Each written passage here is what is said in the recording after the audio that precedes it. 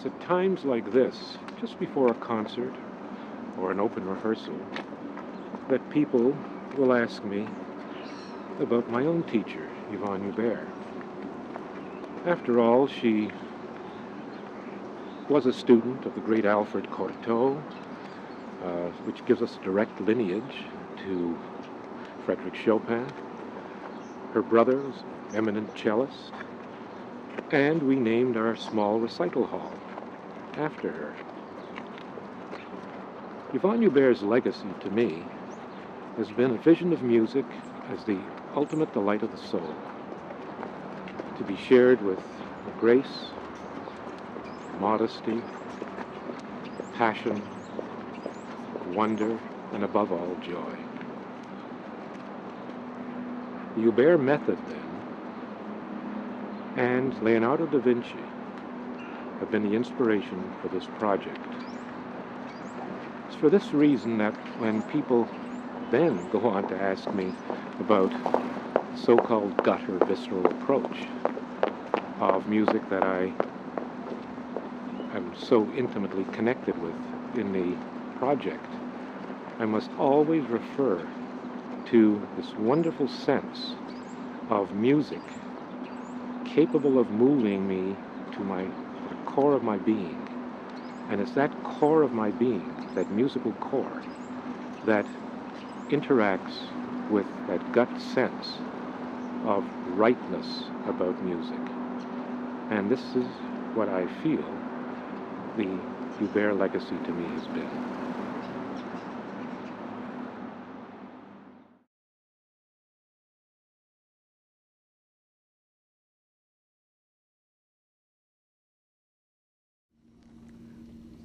It's interesting how ultimately what the kind of work we're doing here comes down to is bringing two modes of knowing together into one blend.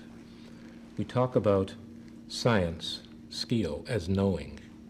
No particular methodology, but knowing, knowledge. We talk about intuition as looking within, which is its etymological definition. Looking within meaning one's body is sensing what's happening in the environment outside as well as what's happening within itself. Being able to move, making sense judgments at every moment in time.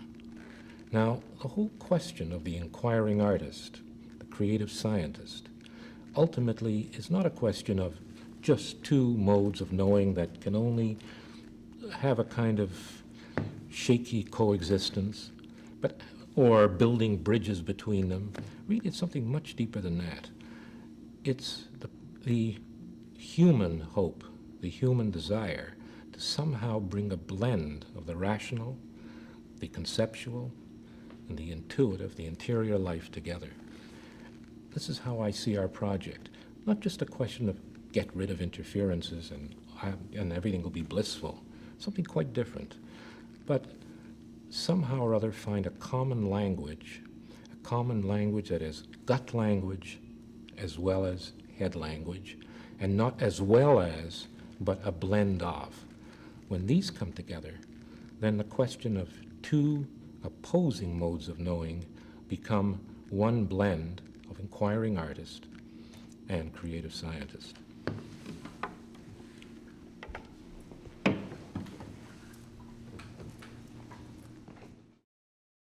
That when we speak of the virtue also, we're not talking about somebody showing off. We're talking about it in the etymological sense, its genuine, real sense. Virtue, truth, and courage. Now what that means in the Greek sense is that you have something that you feel compelled to say because you feel it as something very important to you, and you feel you wish to share it, and you have the courage to come out and say it with great skill. And the question is that it's not just emoting. There is skill in the way in which you do it, and there is expressive skill, not just mechanical skill. This is a very important part of it. Otherwise, you're only communicating information, and information is not what we're talking about. People sometimes ask me what the art of risk-taking is all about. How do I teach people to take risks? Art, by definition, is more than a skill. There are no formulas. What you do is you empathize with them, they learn to empathize with you, you set yourself up as a model, you take risks, show them how it's done, but there's no formula. Every single person is different, and you work always through their music as an art, not just a skill. Would you say that courage can be taught? Yes. I'd say that's the one thing that is absolutely I can absolutely say that courage can be taught, because courage is not always what it appears to be. There's a profound difference between risking stupidly, risking by impulse, and knowing your craft thoroughly. It's not one side of the brain, it's you. Okay. And knowing your craft thoroughly, and then having the courage to risk. Now, I have worked with people who haven't been able to make that leap. And at some point I'll describe it. But there's no question about it that under certain conditions, every human being wants to risk and succeed. It's only the comfort that prevents people from doing so. People who are highly skilled, for example, and refuse to make that creative leap, even though they know they could, because perhaps it might not work, and we can help those people.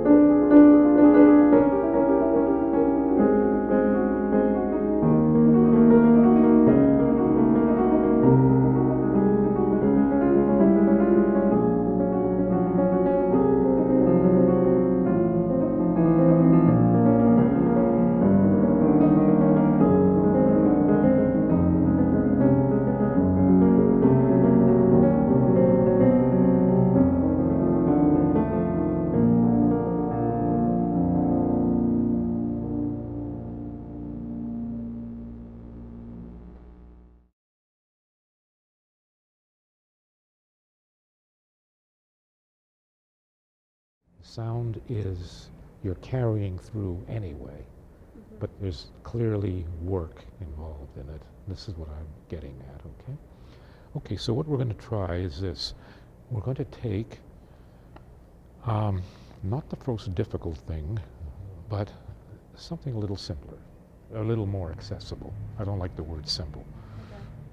Okay. This is going to have to sound simple. No, never does. Okay, would you mind giving me this?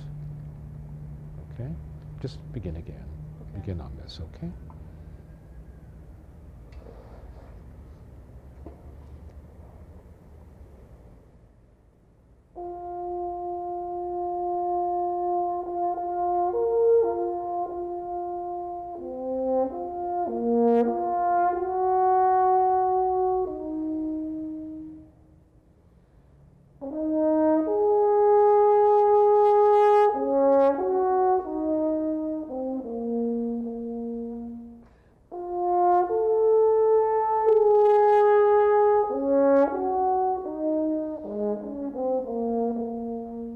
Okay. Anything you noticed in this relatively simple thing? Noticed about? About the way in which you're understanding line, the way in which the body was moving to it.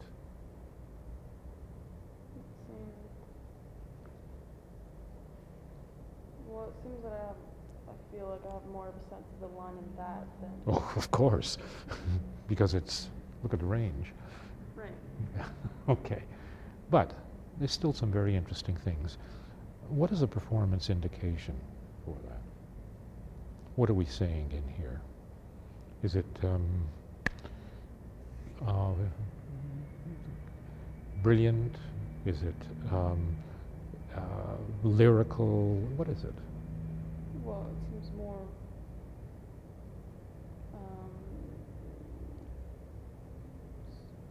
taking up space and being more of an...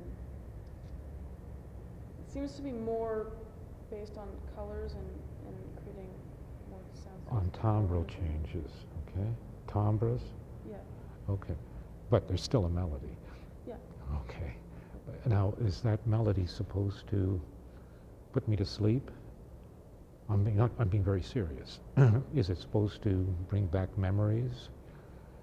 Or is it supposed to, as you hear it, is it something that is echoey, like up in the hills?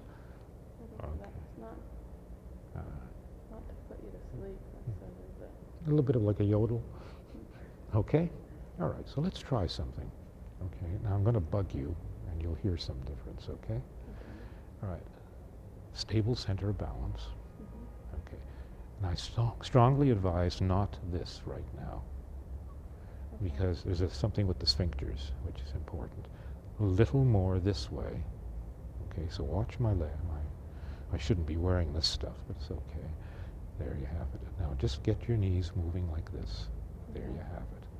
Now the purpose of this is to make sure that there's always a line as you play, not this kind of thing, okay, where you're like this, cutting it off, or this. Okay, so you're here, got it? Now that is what your body rhythmically moves with, so that it's always in a very serene sense. Even when you're active, there's a certain serenity. Got it? Okay. All right. Bring the instrument up again to your lips, okay? All right. Now, visualize the sound here. It already exists. And instead of attacking it, enter. You know exactly what I'm saying, don't you? Okay? In other words, the sound is there and you enter it, okay? And this is going to be a complete piece of music till there on one dumb note. Okay? Let's try that now. Now, again, don't bring your head in. Bring this to you. You'll feel it much easier that way. That's right. In other words, don't reach for it. Because as you reach, there's a certain jerkiness which didn't affect you when you played it particularly, but will affect you when you do this. Okay. And if you're nervous or you're off or something, it'll affect you no matter what. If you're playing Twinkle, Twinkle, it'll still affect you, okay? All right, so the first thing is this. Now, I'm going to help you with this. Now, here the sound is already there, and enter. Try that again, just that first sound. In other words, the sound exists. Go ahead.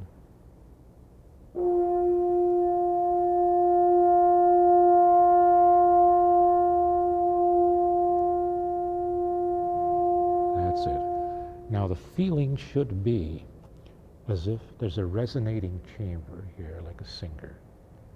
And it's the sound, as it moves, the breath is following that sound and it's resonating in here. Got it? Okay. Got it? You know what I'm getting? Yeah. Okay. So feel it resonating. Now. All right, now, good. Same thing again. Just said, feel the sound resonating. It's there now. Go right into it.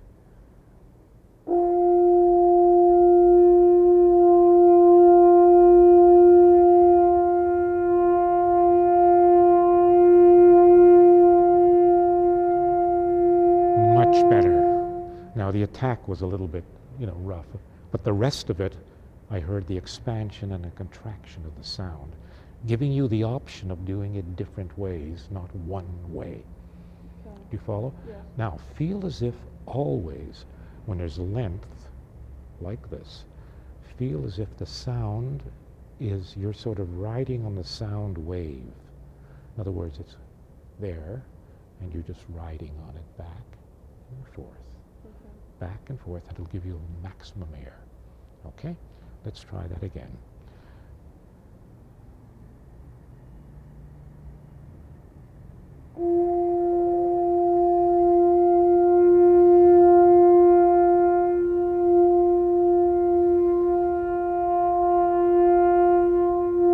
Perfect. That was it. The main point is, of course, is that here you had for months been in a sitting academic mode. In other words, being correct in everything you were doing. And now you had transferred that kind of consciousness to your playing. So as a consequence, while the movements were not bad, they were pretty good, the playing was fine, there was that Angela part missing, that joy, that balance, that marvelous sense of dance and improvisation. Again, see, look at your body over here. You're at the keyboard, okay? Your movements are, what are you doing there? Well, Oh. I'm trying to see whether you want to cue me in to start. That's Oh, why. I see. Okay. Right there, here you are, Yeah. sitting. Push from the arm rather from the body. The swing of the body is It's sort of out of sync, right? out of sync. The body's out, you're pushing back. Now When watch. I'm trying to have fun, I can't get the feel of it. And there's this paradox that goes on. And I sense conflict within me that I just tighten. And I think maybe, do you think if I think of moving in a fluid way or just assimilating my breathing together with my playing might help? I think the best way to do it is to get Haydn to move you. The actual sound. In other words, you know how you'll feel the sound vibrations as if you were dancing to the music. Haydn's playing and you're dancing. The band plays, you move. Okay, so you get the sound that you're hearing causing you to move. Then immediately the ripples in the body, this part will begin to move a little more. It's terribly tense there. Okay, the upper torso would move this way. And I am absolutely certain, having recalled the sensations somatically in your body, okay, you will immediately, get that sense of fun. Because just think of it, when you're feeling a little off on anything, move rhythmically, snap, get the beat.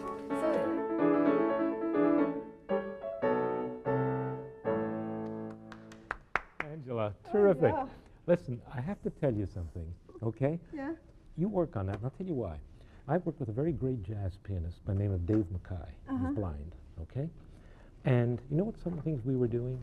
No. Okay.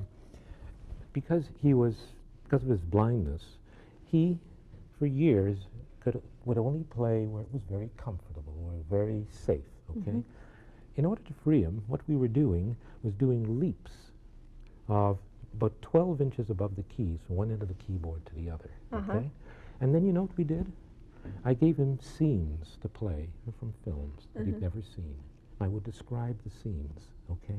So what he was doing, okay, was on the one hand, freeing himself from the idea that the blindness was a handicap. Crossed hands, leaps all over the place, repeated notes, the whole number. At the same time, by doing street scenes in New York, which he's not really seen, okay, getting the sense and the feel, okay, of something that was a different sense completely. You know what happened? You should hear this guy play. Absolutely great jazz pianist. He was the favorite pianist of Bill Evans, one of the famous jazz pianists, okay?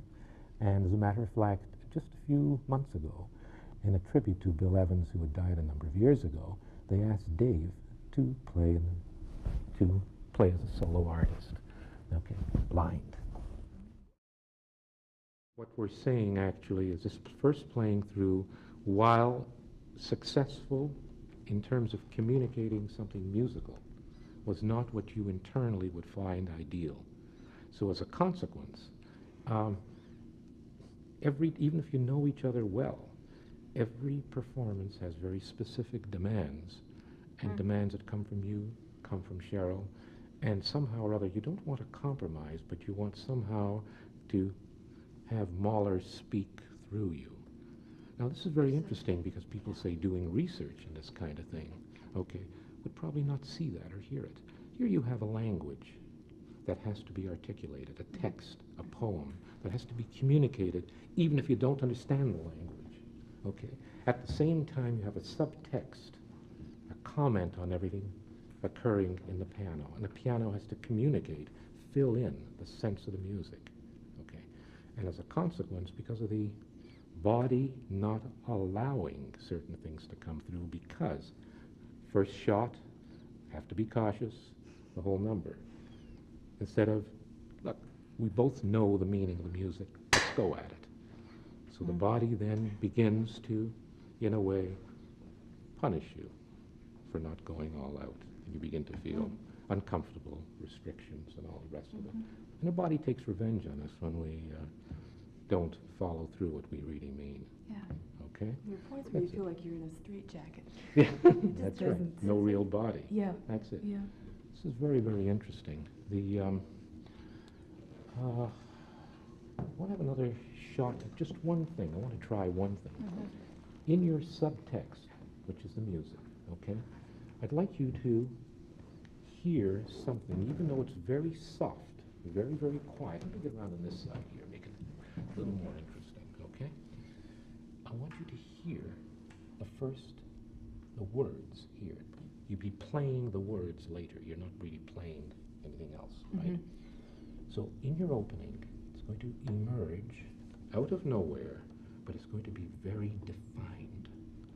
And I want to hear it with the gutturals, with the fricatives, okay? I want to hear it with the consonants that we know are the German language. Let's try that, just for the opening, and see if even without any real instruction, somehow you can open Sophie up to what she really is trying to say.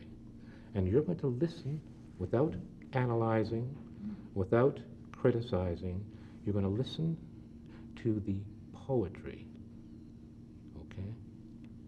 The unspoken but played poetry, okay? Structuring of your hand, like that, okay? Pianissimo.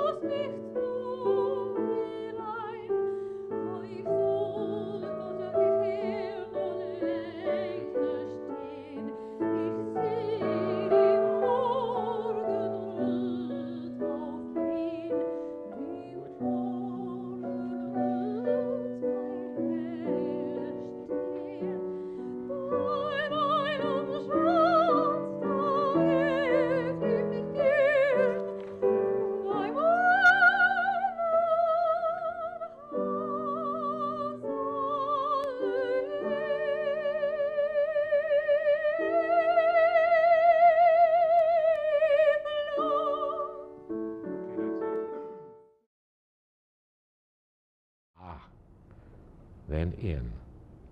There you have it. And the circle is on one plane, two-dimensional, like that. Now you notice when you went to the end, there was a relaxation in here. That's the sensation you want to feel. As I move through something, there's a release of energy, not an increase. In other words, you're not fighting. At the same time, both sides of your body become one. There's a feeling of a harmonious movement through and a release. So you're here like this, rhythmically, and then out and drop. See it? Now, as you move, watch me.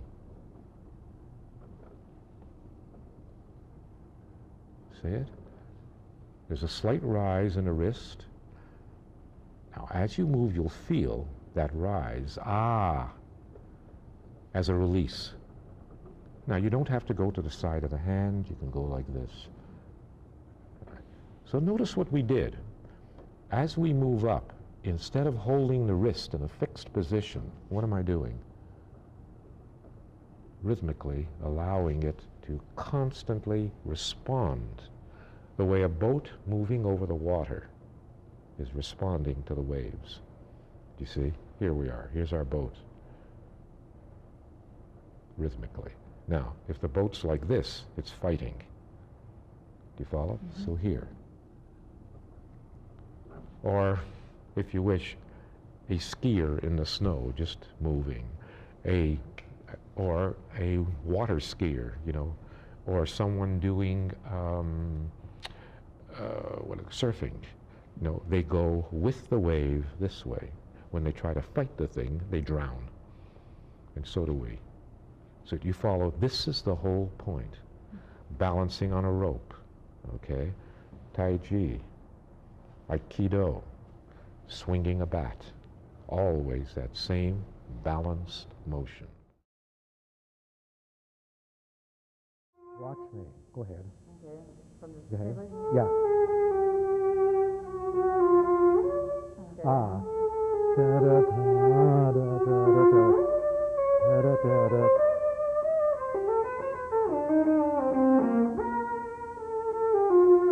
Now, at this point over here, instead of thinking of bowing, instead of thinking of anything else, feel as if you're going to throw up. Mm-hmm. Just feel it as if the sound is the sound is causing this to move, as if from the gut, right here.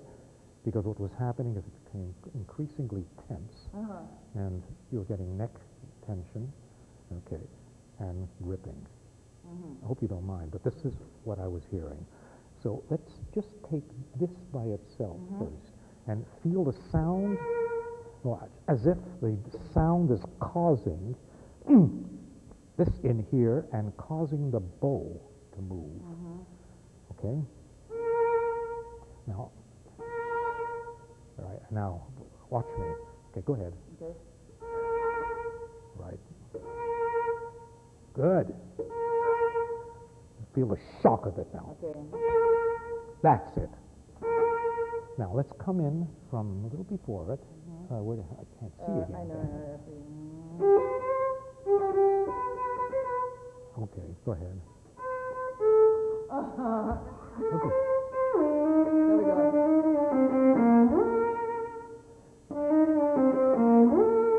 Now there's a slight cutting off of the sound in the middle of the throwing up. It's and then there's a holding. Yeah, okay. Hold it, feel it, continue till there. Okay. That's what was. That's right. Okay. Wait a second. Good. Now there's also some pressure in here. Now, just go ahead. Okay. Okay. That's it.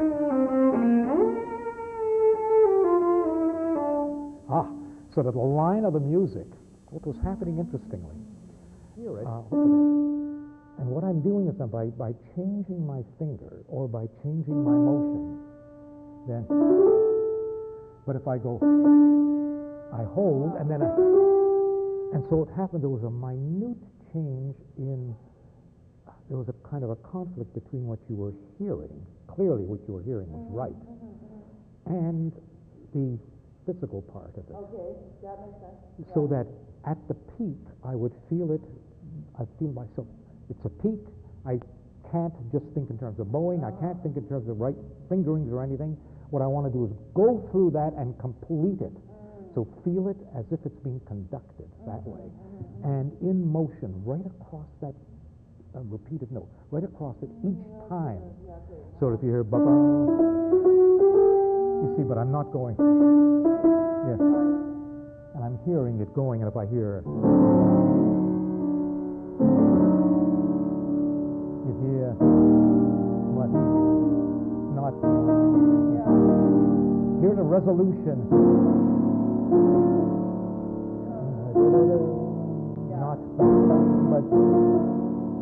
Not but and then once it's internalized, you can fool around with it. I think I was concerned that the rearticulation would be clear, and that was the physical thing that was getting in my way. That's right, because you were concerned about it instead of going in a process. I got to keep it moving. That's the first thing. You've got to keep the damn thing moving. That's why I said our scat, because your scat's going to be like this. If you scat, ba ba ba ba ba ba ba, it's gone. But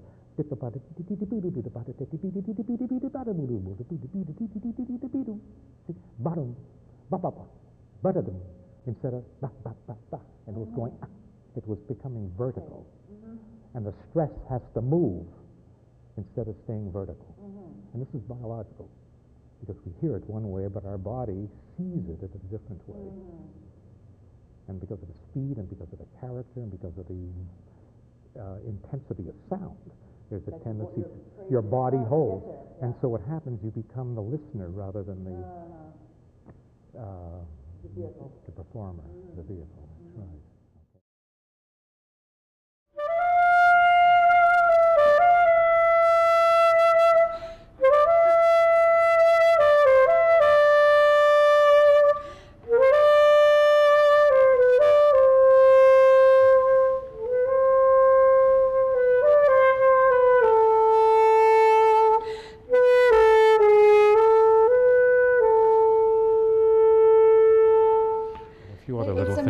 This pulse, that Pulse. Once you've got, because I said, the most primitive thing is you're rocked.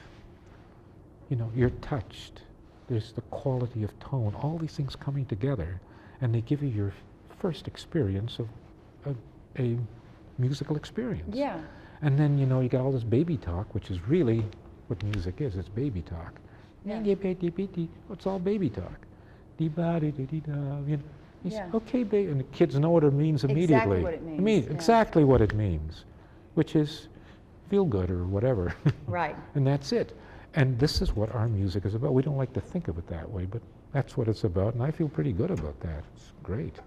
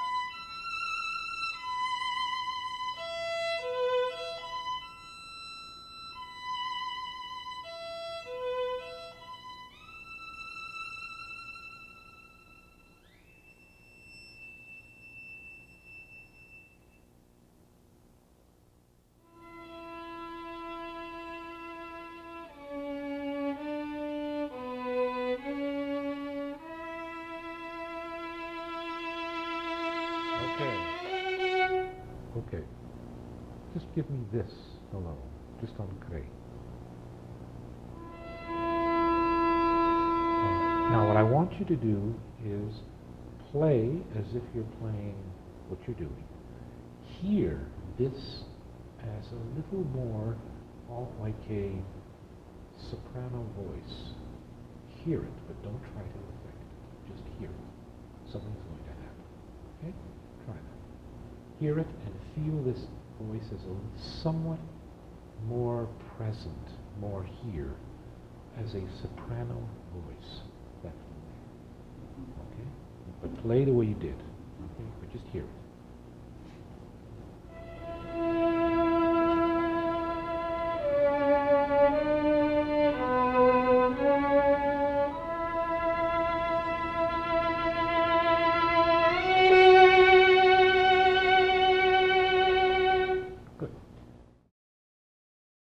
Or play on this side of the hand, with the more supposedly sensitive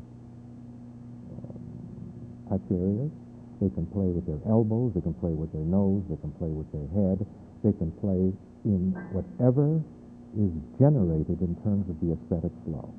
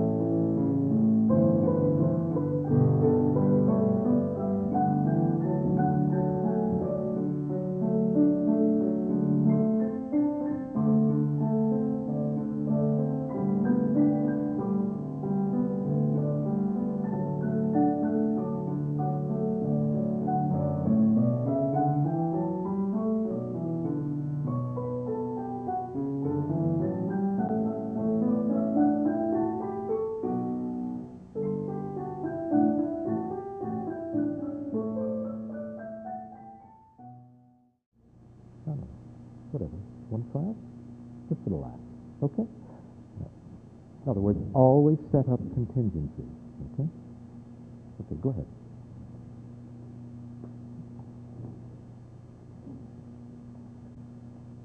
And bring your tempo up too to make it.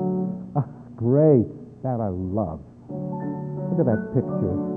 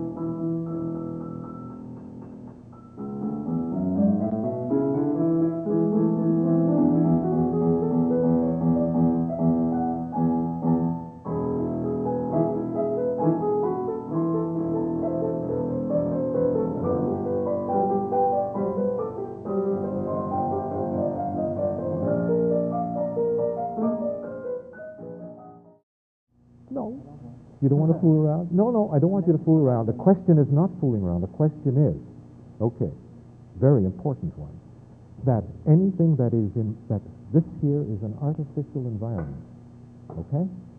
The instrument is artificial. The seat is technology, okay? It is not natural. What you were doing was natural. Now, play some lyrics. Have you been working on anything at all? Not really, not really, so I won't do that with you. Okay. Whatever part of it you wish. Begin anywhere. Okay, why not? Okay.